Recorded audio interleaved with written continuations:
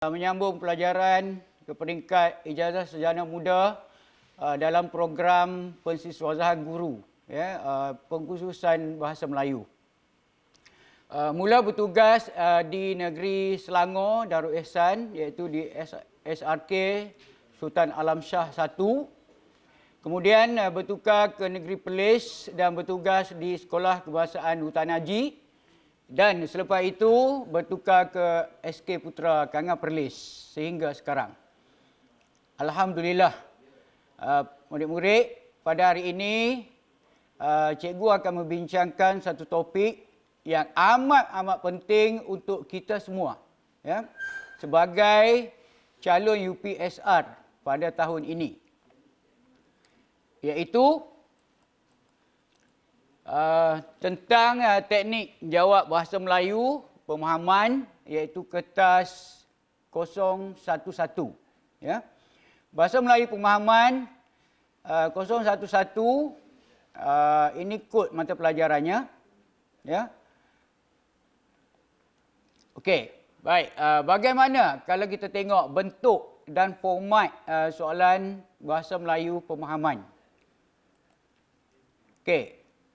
Untuk bahasa Melayu pemahaman, jenis soalan yang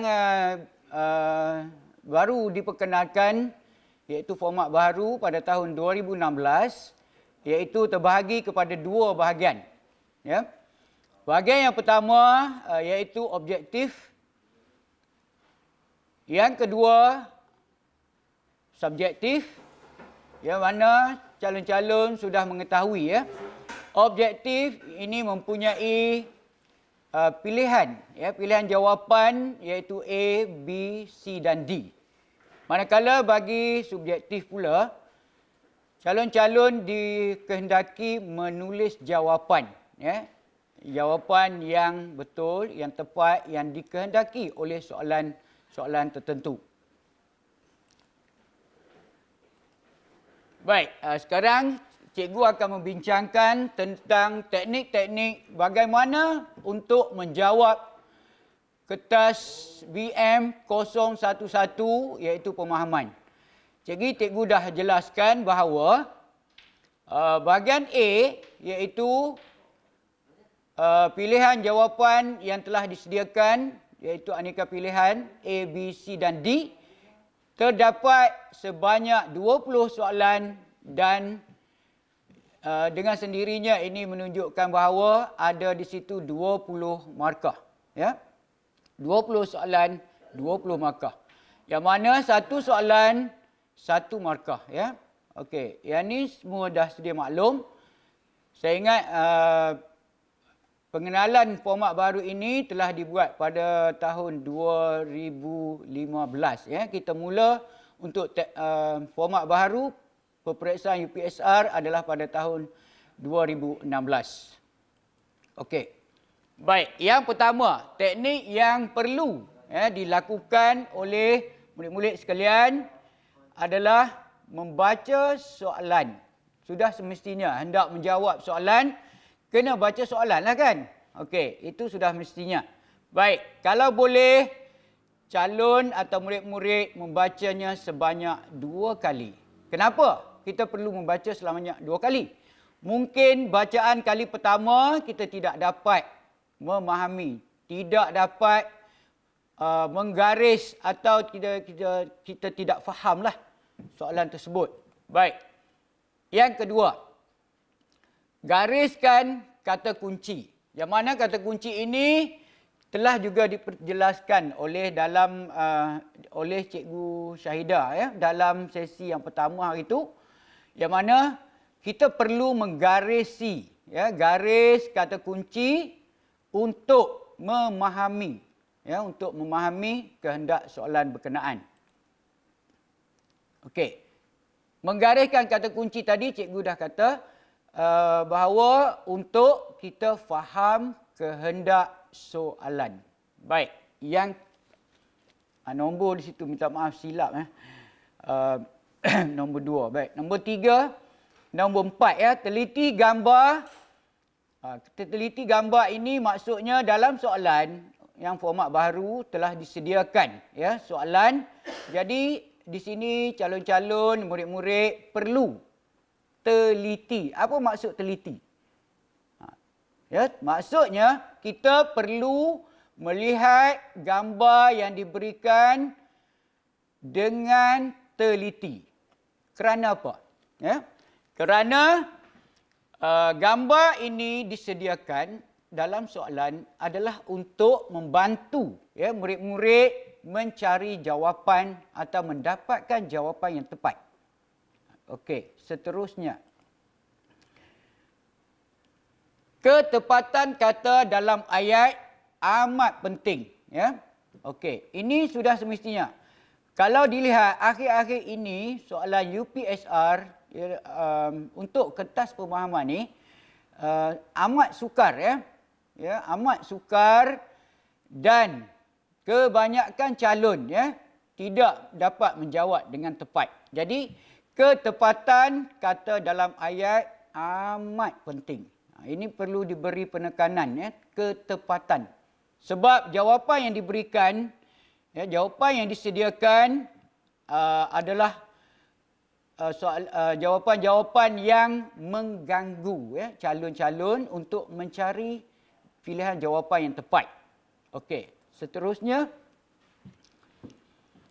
Baik. Baca kesemua jawapan iaitu A, B, C dan juga D. Baik, kenapa cikgu beritahu begini? Ya, terdapat bukan saja di Perlis, malahan di seluruh Malaysia pun sama masalah ini. Ya, calon-calon kita membaca jawapan tapi tidak habis. Ya, tak habis, tak kesemuanya dibaca. Contohnya, cikgu bagi contohlah. Ya, dia baca soalan nombor 5, dia baca jawapan A, dia baca jawapan B dan dia terus memilih.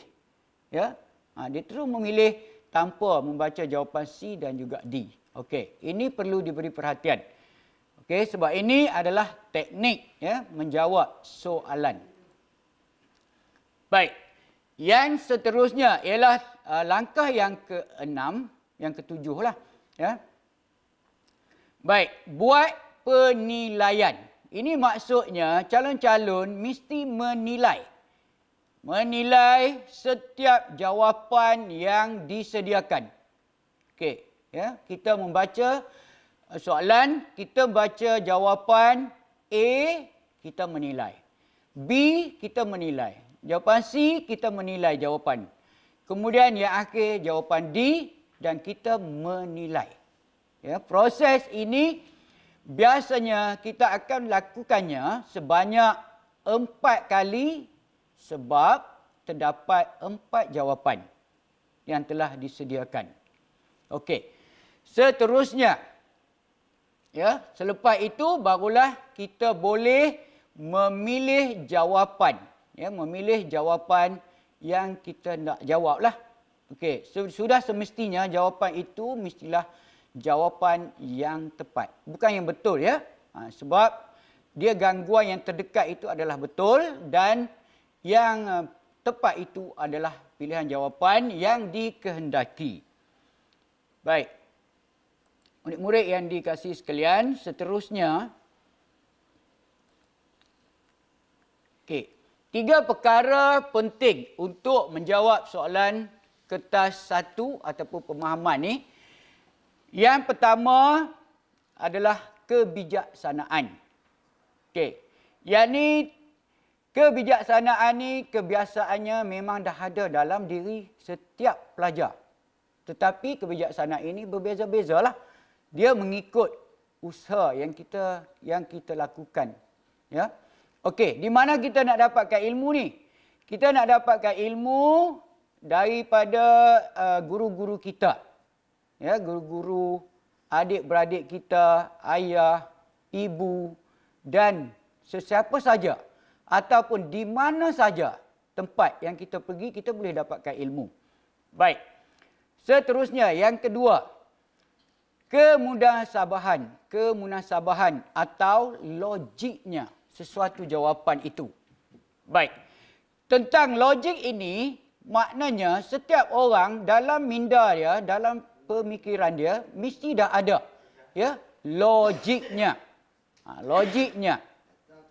Okey. Seterusnya ialah teknikalnya. Dari segi teknikal pembinaan soalan. Ya, dari segi teknikal pembinaan soalan, kita perlu ketahui bahawa dua pilihan salah. Ya, dua pilihan jawapan yang diberikan adalah salah. Satu pilihan betul dan satu pilihan adalah tepat. Jadi yang tepat itu akan kita pilih sebagai jawapan. Baik. Masalah logik ini kebanyakan, ya, bukan di negeri Perlis saja, di seluruh Malaysia juga berlaku murid-murid yang tidak berfikir dengan logik.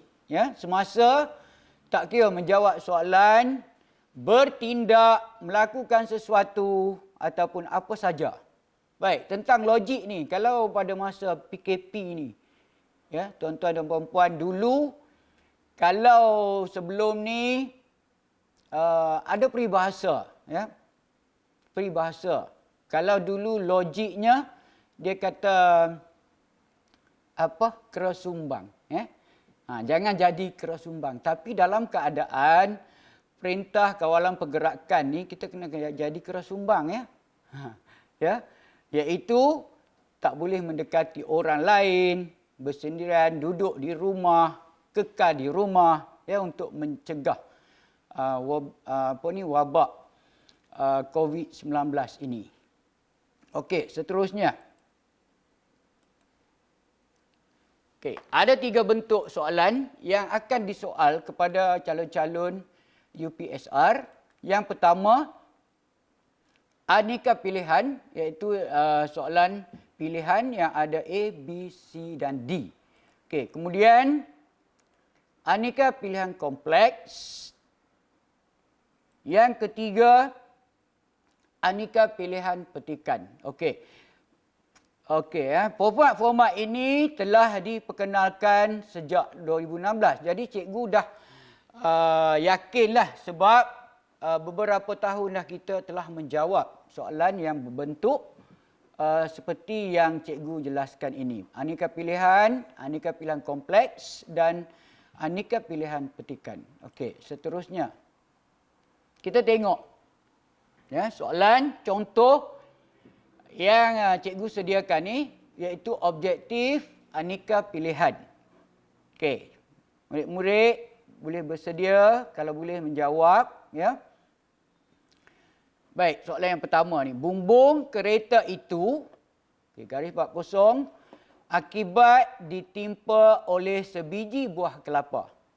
Okey, dalam ayat ni kita tengok pilihan jawapan yang diberikan. Ya, kita tengok pilihan jawapan yang diberikan, iaitu A, kecut, B, ranap, C, hancur, D, kemik. Okey, dalam situasi ini, seperti yang cikgu jelaskan tadi, soalan ni kalau kita tengok, kita hanya memerlukan logik, ya, logik untuk menjawab. Ya, bukannya kata ilmu tinggi sangat baru boleh jawab, ya, tidak. Bagi calon-calon yang menduduki UPSR, tengok logiknya, ya, kita tengok satu persatu. Kecut, jawapan A ni kecut. Logik tak jawapan ni?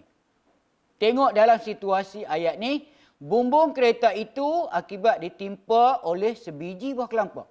Sebiji buah kelapa, calon-calon murid-murid sekalian, besar mana? Okey, kita jika dibandingkan dengan sebuah kereta. Okey, dari segi logiknya, adakah bumbung kereta itu boleh kecut? Ya. Okey. Kemudian, adakah ranap? Pilihan kita B. Adakah ranap? Mungkinkah sebiji buah kelapa bila jatuh ke atas bumbung kereta, ranap terus? Okey. Kemudian juga logik juga boleh gunakan C, hancur. Bumbung kereta itu hancur terus. Hancur terus. Okey, adakah itu logik? Kita perlu tanya minda semasa kita menjawab soalan. Ya? Okey. Baik. dalam soalan ini, ada ilmu sedikit yang kita timba daripada guru-guru, daripada mana-mana saja yang kita ada, yang kita belajar, yang kita pernah baca. Jadi kita boleh menjawab. Tak kiralah calon ini berada dalam golongan cemerlang, sederhana ataupun golongan yang lemah. Tak ada masalah. Ya? Anda boleh menjawab dengan betul sekiranya menggunakan teknik yang betul. Baik, dalam soalan ini calon-calon UPSR, murid-murid sekalian, apa jawapan yang tepat? Ya. Okey, sudah semestinya jawapannya adalah kemek. Ya. Okey, kecut ini kita kata tidak logik, hancur juga tidak logik, begitu juga. Ini jawapan B ranap ini adalah gangguannya. Gangguan ya. Cikgu dah bagi tahu tadi bahawa dua pilihan jawapan A dengan C ni yang tidak logik ini adalah dua pilihan yang salah tu. Ya, dua pilihan yang salah itu. Baik. Kemudian yang ranap ini adalah gangguan kepada jawapan yang tepat, iaitu kemek. Okey. Seterusnya. Baik, calon-calon boleh cuba menjawab soalan yang kedua ini. Okey, para penumpang berasa kerana feri yang mereka naiki dipikul ombak kencang manakala laut pula bergelora. Okey, baik. Dah jawab? Okey, cuba jawab. Baik, kita tengok pilihan jawapan A. Ya, resah. Jawapan B, rimas. Jawapan C, gerun. Jawapan D, curiga. Baik, sekarang buat pilihan anda, tandakan jawapan yang tepat. Bukan yang betul ya, yang tepat. Baik.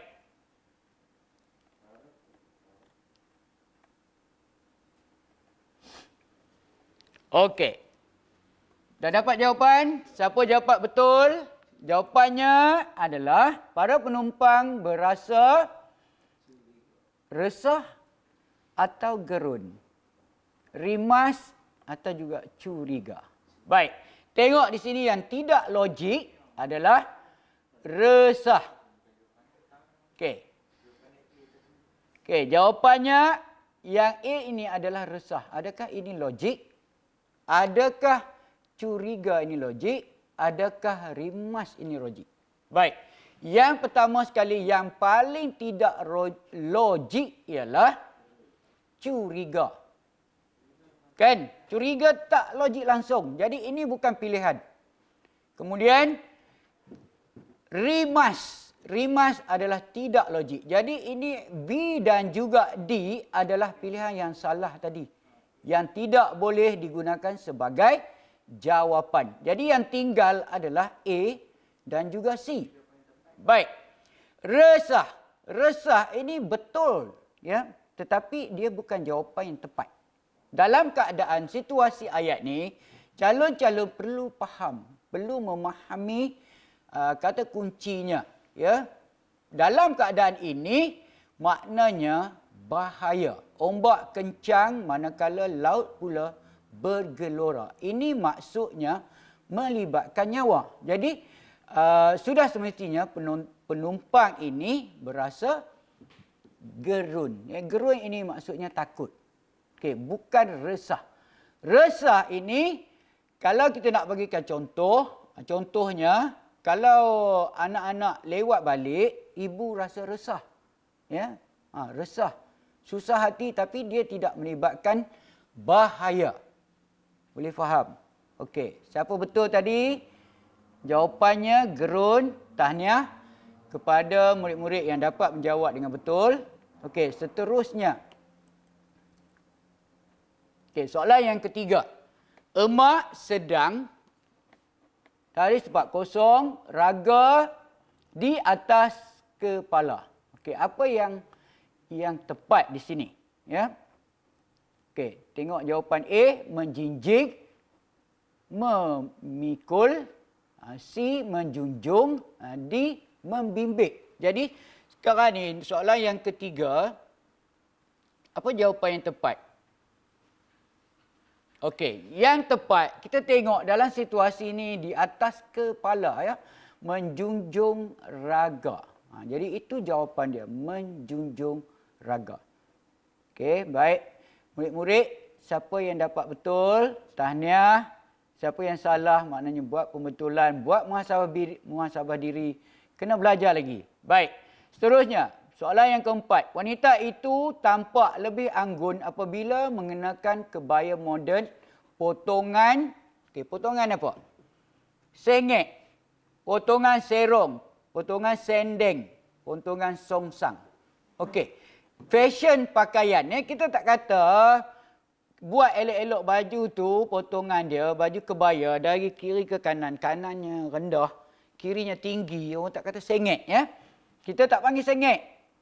Okey, itu adalah serong. Potongan serong. Itu fashion. Ya, kalau sengit, kita tengok. Apa lagi yang jenis sengit? Cikgu parkir kereta di tepi, di bahu jalan. Dia sengit. Itu sengit. Ya? Kemudian, kalau kita tengok sendeng. Sendeng ni apa? Macam mana? Kamu belajar matematik segitiga tu, kan ada garis sendeng. Papan lungsok, itu contoh dia. Itu sendeng lah. Kemudian songsang ini ada maksudnya terbalik. Ya, terbalik ataupun sesat. Songsang, ajaran songsang. Okey, seterusnya kita lihat soalan yang kelima. Alif mengakak itu hendak menyalakan ubat nyamuk. Menyalakan apa dia? Ubat nyamuk. Garis tepat kosong tu. Penjodoh bilangan. Okey. Adakah jawapannya A? Adakah B? Adakah C? Adakah D? Okey. Dalam konteks ini, ubat nyamuk tu kan berlingkar. Ya. Okey. Jadi, sudah semestinya jawapannya adalah selingkar ubat nyamuk. Baik. Seterusnya, soalan yang keenam. Ya. Soalan yang keenam. Azrina sedang, garis tepat kosong, kain batik untuk memenuhi tempahan yang semakin meningkat. Baik, di sini kalau kita tengok kain batik, kita buat macam mana kain batik? Ya, pernah tengok rencana?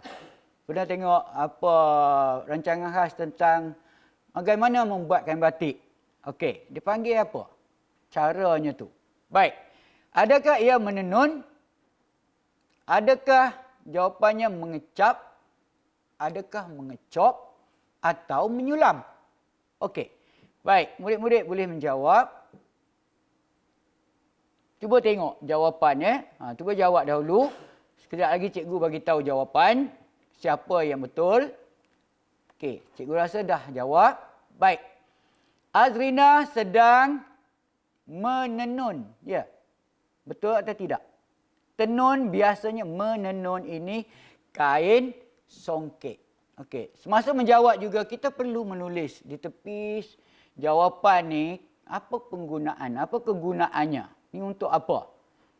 Mengecap untuk apa? Okey, menenun kain songket, mengecap. Mengecap apa? Mengecap kain batik.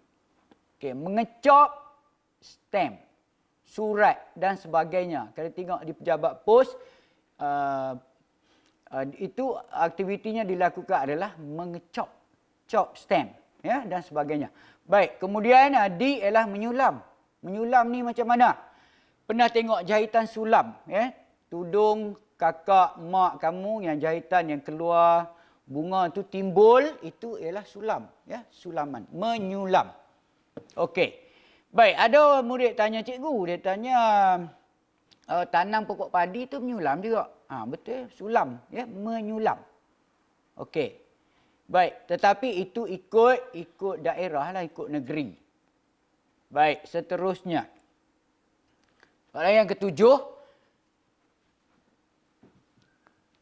Encik Muhaimin masih terikat dengan perjanjian syarikat tempat dia bekerja sekarang ini. Pilih perkataan sinonim bagi terikat. Okey, terikat dalam konteks ayat ini maknanya apa yang boleh digantikan. Sinonim ini adalah seerti.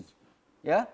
Okey, kita tengok A terhad, B terbatas, C terkawal dan D tertakluk. Okey. Sekarang kita tengok jawapan yang mana tepat. Ya. Terhad. Adakah terhad? Terhad sekarang ini, syarikat tempat dia bekerja sekarang ini masih terikat, iaitu terhad. Adakah ia terbatas? Adakah terkawal? Okey, dalam konteks ayat ini ialah jawapan yang tepat adalah tertakluk. Dia masih, cuba kita tengok. Encik Muhaimin masih tertakluk dengan perjanjian. Terikat, tertakluk. Okey, baik. Itu jawapan yang tepat ialah D. Baik, seterusnya pemuda, soalan nombor 8 ini. Pemuda yang tidak siuman itu menjerit-jerit di tepi jalan seolah-olah dia sedang mengawal pergerakan lalu lintas itu. Okey. Pilih perkataan sinonim bagi tidak siuman. Maaf cikgu. Pilih perkataan antonim bagi tidak siuman. Okey, tidak siuman lawannya apa? Itu berlawan ya, kena berhati-hati untuk menjawab soalan sinonim dan antonim. Ya, dia kata bagi tidak siuman. Perkataan antonim bagi tidak siuman. Tidak siuman itu maksud dia gila kan? Tidak waras. Jadi lawannya adalah B. Ya, tidak siuman. Waras. Lawannya. Okey, seterusnya. Baik, kita akan beralih kepada pilihan kompleks. Kompleks. Ya. Kompleks ini apa dia? Sebenarnya pilihan kompleks ini apa dia? Okey, ini adalah contoh soalan-soalan pilihan kompleks. Ya. Soalan ada pilihan 1, 2, 3 dan 4. Itu maksudnya pilihan kompleks. Ya. Okey, gunakan teknik KIV iaitu buang jawapan yang ada pilihan salah. Okey, ini kita perlu beri perhatian. Kerana soalan bentuk ini adalah soalannya aras sukar. Okey, kebanyakan calon UPSR, kumpulan yang cemerlang, biasanya dia tidak dapat menjawab soalan ini dengan betul. Oleh sebab itu, calon-calon ini tidak mendapat A. Ya. Kalau kita lihat, tahun lepas terdapat banyak calon yang cemerlang. Ya. Dia tidak dapat menjawab soalan ini dengan tepat, dengan betul. Jadi dia akan mengganggu. Mengganggu apa? Mengganggu dia untuk mendapat 6A. Ya. Okey, 5A dan 1B adalah bahasa Melayu pemahaman. Kerana calon yang kumpulan cemerlang ini tidak dapat menjawab soalan yang aras tinggi ini, ya, dengan tepat. Baik. Untuk pilihan soalan yang ada pilihan kompleks ini, gunakan teknik KIV iaitu buang jawapan yang ada pilihan salah. Okey. Biasanya kita untuk mencari jawapan yang tepat, tetapi teknik ini kita mencari yang salah terlebih dahulu, ya, untuk kita buangkan jawapan yang salah. Baik. Kita akan tengok. Ini caranya. Cari ayat kata yang salah dan bubuh tanda. Letakkan tanda, ya, murid-murid. Letakkan tanda salah iaitu, kalau kita tengok dalam ayat ni, okey, kita nampak dengan jelas perkara-perkara yang salah, ayat yang salah atau apa sebagainya, kita nampak dengan jelas dalam ayat tersebut bahawa soalan ini telah meletakkan perkataan yang salah. Ya, jadi kita dapat mengetahuinya. Okey, tengok. Dalam ayat yang ketiga, pekerja-pekerja di kilang itu sedang giat menganyam kain batik. Okey. Sekarang, cuba kita fokus kepada perkataan menganyam. Boleh tak menganyam kain batik? Boleh tak, murid-murid sekalian? Tak boleh kan? Okey, kita tak menganyam kain batik. Jadi, pilihan 3 ini adalah pilihan yang pertama yang kita nak buang atau salahkannya. Salahkan pilihan 3 ini. Okey. Baik. Buang pilihan yang ada pilihan salah iaitu B dan C. Baik, sekarang 3 yang kita dah buang tadi. Okey, 3 yang kita dah buang tadi. Cuba tengok di sini. Okey, 3 adalah pilihan yang salah, iaitu pada pilihan B kita ada 3, pilihan ini adalah salah. Kemudian kita tengok C juga ada pilihan 3. Sebab perkataan menganyam kain batik itu adalah penggunaan yang salah. Jadi kita buang, letakkan tanda pangkah pada pilihan 3. Dan di sini juga kita letakkan pangkah. Ya, tanda salah. Ini maksudnya akan membantu kita ya, untuk mengesan, mencari jawapan yang tepat. Okey. Dalam teknik yang cikgu dah jelaskan tadi, ya, pilihan 3 tadi, ini dia. Buang pilihan yang ada pilihan salah iaitu 3, B dan C. Kemudian yang ketiga, lihat pilihan yang masih tinggal iaitu A dan D. Baik, sekarang yang pilihan yang masih tinggal adalah A dan D. Okey, ini A. Okey. Ini A, ini D. Ini yang masih tinggal iaitu jawapan A kita ada pilihan 1 dan 4. Okey, pilihan D kita ada 2 dan 4. Secara automatiknya bahawa pilihan 4 itu dari jauh lagi Rohaya sudah tersenyum kerana dia berjaya mendapat 5A. Jadi automatik pilihan 4 adalah pilihan yang betul. Okey, sekarang kita dah jumpa satu yang salah, satu yang betul. Okey. Baik. Kita tengok seterusnya. Nah, yang ni yang cikgu jelaskan tadi. Secara teknikalnya, pilihan 4 adalah betul dan tandakan betul. Nilai semula. Okey, yang kelima ni, kita kena tengok semula. Di sini, pilihan yang masih tinggal adalah A dan D. Okey, A dan D. Maknanya kita tengok sekali lagi. Di sini. Ya.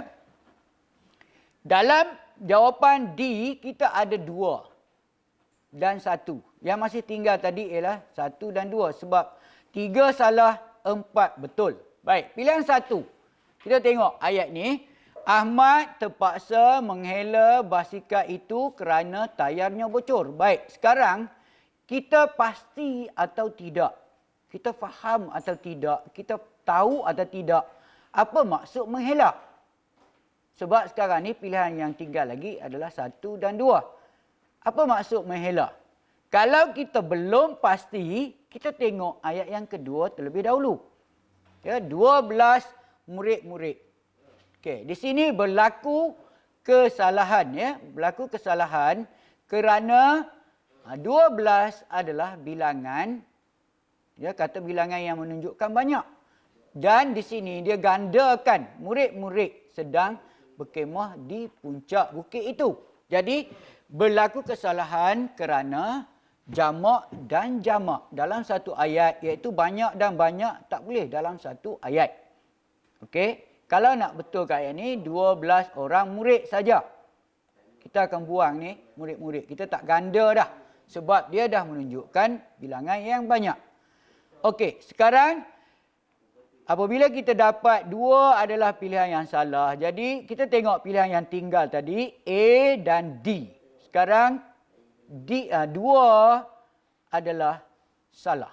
Jadi B, C dan D bukan jawapan kita. Ya, bukan pilihan jawapan yang tepat. Jadi yang akan kita pilih adalah pilihan 1.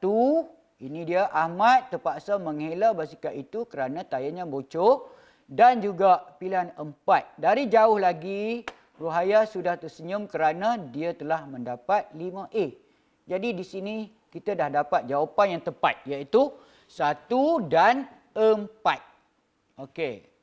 Saya ingat murid-murid juga dapat ya, dan sudah dijelaskan sebelum ini oleh guru-guru tentang teknik yang kita gunakan ini. Tetapi ini sebagai uji kaji lah dalam perintah PKP ini. Kita mengulang kaji semula. Ulang kaji ya. Okey, jadi pilihan yang tepat adalah A, 1 dan 4. Baik. Ini soalan seterusnya. Yang cikgu dah bagi tahu tadi, aneka pilihan kompleks, ya, ini contoh yang kedua lah. Okey. Tengok pada pilihan 1. Ya, dia kata pilih ayat-ayat yang menggunakan perkataan bergaris dengan betul. Okey, pilihan 1, dia menyelam sampai asal sungai untuk mencari tiram. Pilihan yang kedua, ini dia nak pastikan penggunaan perkataan asal ni betul atau tidak, tepat atau tidak. Baik, pilihan yang kedua, dia berjaya dalam pelajaran asal usahanya. Pilihan yang ketiga, kami tidak tahu dari mana asal budak itu. Pilihan yang keempat, bentuk asal masjid itu tetap dikekalkan. Okey, itu 4 pilihan ayat penggunaan kata bergaris. Adakah ia digunakan dengan tepat dalam konteks ayat tersebut? Baik, kita tengok pilihan yang memang salah, ya, yang memang salah dengan menggunakan teknik tadi. Kita akan buang pilihan berapa, anak didik sekalian, ya. Kita akan buang pilihan yang salah itu. Baik. Pilihan berapa, anak-anak sekalian, yang memang salah dan tak boleh digunakan sebagai jawapan. Ya, okey. Cuba kita tengok ayat yang pertama. Ya, dia menyelam sampai asal sungai. Asal sungai. Betul tak? Okey. Kalau ayat ini salah, maknanya pilihan pertama. Baik. Pilihan 1 kita akan buang yang ada pilihan 1. Okey, iaitu A dan juga C. Sebenarnya dia bukan asal, ya. Apa dia sepatutnya? Dia menyelam sampai dasar sungai. Okey, jadi jelas 1 adalah salah. Baik, di sini kita dah buang pilihan A dan juga C. Baik, sekarang yang tinggal adalah pilihan B dan juga pilihan D. Okey, kita tengok pada pilihan B 2, 3. Pada pilihan D adalah 3 dan 4. Baik, sekarang ni dah salah. Pilihan 2, dia berjaya dalam pelajaran asal usahanya. Adakah ini betul, murid-murid? Adakah ini betul? Dia berjaya dalam pelajaran asal usahanya. Okey. Dapat tak murid-murid tentukan ini betul atau salah? Okey, ya, salah. Sebab apa sepatutnya? Dia berjaya dalam pelajaran hasil usahanya, bukan asal, ya. Okey, jadi 2 adalah salah dan di sini, cuba kita tengok jawapan. 1 kita dah buang, A ni. Pilihan 1 pada C juga kita dah buang, bukan jawapan. Kemudian 2 juga kita buang, ya. Jadi A, B dan C bukan jawapannya. Jadi jawapan yang tepat, kami, pilihan yang ketiga, kami tidak tahu dari mana asal budak itu. Ini jelas, ya. Kemudian ayat yang keempat, bentuk asal masjid itu tetap dikekalkan. Jadi pilihannya adalah 3 dan 4. Okey, cikgu harap untuk soalan-soalan yang begini, murid-murid boleh menjawab dengan betul. InsyaAllah kita akan memperoleh A dalam bahasa Melayu pemahaman. Ya. Baik. Kita beralih kepada bentuk yang seterusnya, iaitu aneka pilihan petikan. Yang ini biasa saja, murid-murid sekalian, biasa saja. Kita menjawab soalan ni bukan di tahun 6 saja. Kita jawab soalan sejak dari tahun 1 lagi cikgu suruh menjawab soalan, ya. Ini bentuknya macam ni je. Ya, bentuknya dan mungkin petikan, aras-aras untuk petikan ni disukarkan untuk sesuai dengan tahap kamulah. Okey. Baik. Soalan ni contoh, ya. Siapakah yang bersama-sama Puteri Lipo ke Melaka? Ini petikan pendek saja. Biasanya sejak akhir-akhir ini lembaga peperiksaan juga menyediakan petikan-petikan yang pendek sahaja supaya murid-murid berpeluang, ya, murid-murid yang lemah, murid-murid yang kelas di hujung, kelas D dan sebagainya boleh menjawab, ya, sebab ini kita panggil soalannya aras rendah, boleh dijawab oleh semua murid. Okey, Kalau kita baca petikan ni, kita dah nampak dengan jelas. Ya, nampak jawapannya. Okay, apa murid-murid jawapannya? Okey, ya, pengiring-pengiringnya. Nampak dengan jelas. Baca sekali lalu pun dah kita tahu jawapannya. Okey, ini aras yang mudah. Jadi, murid-murid jangan risau. Kelas belakang, kelas hujung, kelas yang akhir juga dapat menjawab soalan ini. Ya. Okey, seterusnya. Kita akan pergi ke bahagian B, iaitu ini dia. Bahagian B soalannya 21 hingga 25. Untuk bahasa Melayu dan bahasa Inggeris, bilangan soalannya sama. Ya. Sama. Bahagian B terdiri daripada soalan 21, 22, 23, 24 hingga 25. Ada 5 soalan. Okey. Tetapi bahagian B ini, okey, dia terdiri daripada objektif pelbagai bentuk. Ya, antara item, jenis item yang disoal. Antara jenis soalan, ya, item tu soalan lah.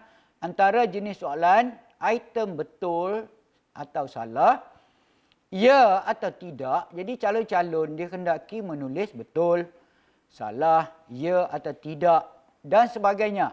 Yang kedua, item padanan. Ya. Perkara ni telah kita belajar. Ya, sejak dari tahun 1, cikgu suruh suaikan, padankan. Itulah bentuk dia. Baik, yang seterusnya, item isi tempat kosong. Ya. Item ini juga telah kita pelajari sejak tahun 1 lagi. Baik, seterusnya item lengkapkan ayat. Seterusnya, item bulatkan lorek garisi jawapan. Ya. Garisi jawapan dan lain-lain lagi bentuk soalan subjektif. Ya. Maknanya kita kena tulis. Nak tak nak, murid-murid, calon-calon yang menduduki UPSR kena tulis jawapan. Ya. Baik, seterusnya. Bahagian B, ya. Teknik untuk menjawabnya. Yang pertama, baca soalan. Kedua, garis kata kunci yang terdapat dalam soalan tersebut. Yang ketiga, fahami kehendak soalan. Yang keempat, lihat pemberatan markah. Yang kelima, tulis jawapan mengikut bentuk yang dikehendaki. Yang keenam, ada jawapan terus dan ada jawapan lengkap. Okey. Baik, semak dan pastikan tiada kesalahan tata bahasa yang berlaku dalam semasa kita menjawab. Ini penting, ya. Semak dan pastikan tiada kesalahan tata bahasa. Okey, untuk pengetahuan semua, dalam UPSR untuk kertas pemahaman ini, jika ada berlaku, ya, berlaku kesalahan seperti salah ejaan. Salah eja, kita menulis jawapan ini ringkas beberapa perkataan, suaikan dan sebagainya. Jika berlaku kesalahan seperti salah ejaan dan sebagainya, ia menjejaskan, amat menjejaskan markah yang akan diperoleh oleh calon. Contohnya, jika soalan itu 1 markah, calon menulis jawapan pun 1 perkataan, tetapi ejaannya salah. Jadi di situ calon rugi. Dia tak dapat langsung, kosong terus jawapannya. Okey. Jadi kejap lagi kita akan lihat. Ini contoh, ya, pelbagai bentuk. Maknanya calon perlu mengisi tempat kosong dengan jawapan yang telah disediakan. Ya. Yang telah disediakan seperti yang kamu lihat di sini. Dia dah sediakan jawapannya. Ada 2, 4, 6, 8 jawapan. Dan dalam teknik tadi, cikgu kata tengok pemberatan markah. Di sini ada 4 dan apabila kita tengok, jawapan yang perlu diisi adalah 4 tempat kosong. Ya. Jadi, jawapan yang disediakan adalah separuh daripada jumlah jawapan yang perlu kita isi di tempat kosong. Dia bagi 8 jawapan, dia suruh kita isikan tempat kosong tu adalah ada 4 ya, tempat kosong. Baik, kita tengok sama-sama. Ini contoh. Ya. Okey, soalan yang sama ya. Baik, kita baca petikan ini sekejap. Semua murid dikendaki supaya melibatkan diri dalam aktiviti co-curriculum.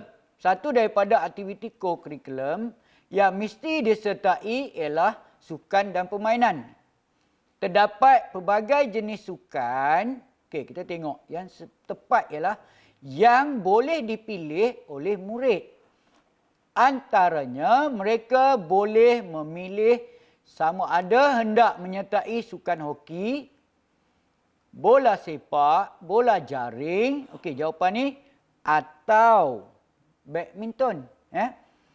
Okey, aktiviti co-curriculum penting kerana dapat membantu perkembangan mental dan, okey jawapan di sini ialah dan sasiah murid-murid. Okey, boleh faham? Itu contoh yang cikgu berikan. Okey, terdapat 4 tempat kosong. Dan biasanya dia akan bagi 4 markah. Ya? 4 markah untuk soalan yang berformat atau bentuk seperti ini. Isi tempat kosong. Okey, seterusnya. Baik, ini bentuknya garisi kata penguat yang terdapat dalam ayat di bawah. Okey, murid-murid sekalian, cuba tengok. Dalam ayat pertama, ayat kedua, ketiga, keempat dan kelima, ada tak kata penguat? Okey. Jadi, caranya kita perlu garisi. Garis bermakna garis mesti tepat di bawah perkataan itu sahaja. Okey, kalau dia nak kata penguat, ini kata kunci dia, kata penguat, kita mesti garis hanya di bawah perkataan tersebut. Okey, apa jadi jika, contohlah, okey, ini jawapan yang cikgu sediakan, siapa yang kena, siapa yang betul, ada yang boleh jawab dengan betul tadi, tahniah. Baik, harga makanan yang jual di restoran itu mahal, betul. Ini kata penguat. Jadi kita gariskan jawapan tu betul-betul di bawah perkataan tersebut. Dan ingat, ya, ingat, cikgu pesan sekali lagi, perlu menggunakan pembaris. Ya, perlu guna pembaris untuk menggarisi perkataan jawapan tersebut. Okey, apa jadi? Cikgu nak bagi contoh. Apa jadi jika dia garis, murid ni dia garis perkataan tapi dia terkena ni AL ni, mahal perkataan yang ni terkena AL. Maknanya dia dah garis perkataan yang salah bersama-sama dengan jawapannya. Jadi dia akan menjejaskan markah calon. Maknanya untuk kalau dia garis dari sini, dia akan salah. Okey. Soalan yang kedua. Contohnya kalau dia garis terlebih terkena juga KA di sini, kaki tu. Ya.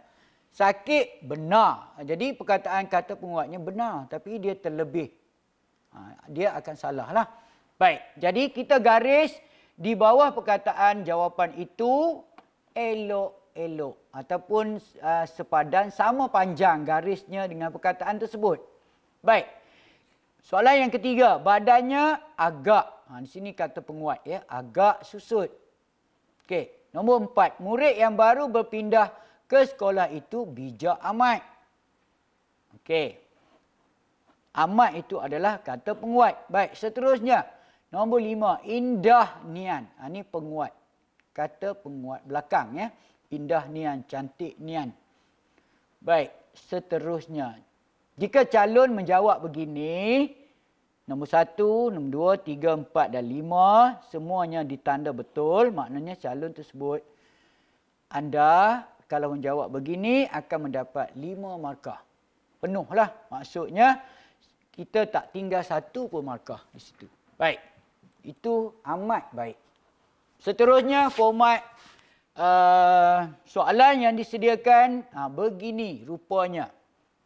Okey, kena baca arahannya. Tandakan right atau betul pada penjodoh bilangan yang betul berdasarkan ayat di bawah. Okey. Tandakan right, dia tak kata pangkah. Dia tak sebut tanda salah pun di sini. Cuma tandakan right. Jadi jawapannya, murid-murid sekalian, perlu menanda betul di tempat jawapan yang dikehendaki sahaja. Dan dua lagi tempat atau jawapan itu biarkan sahaja. Jangan letakkan tanda salah.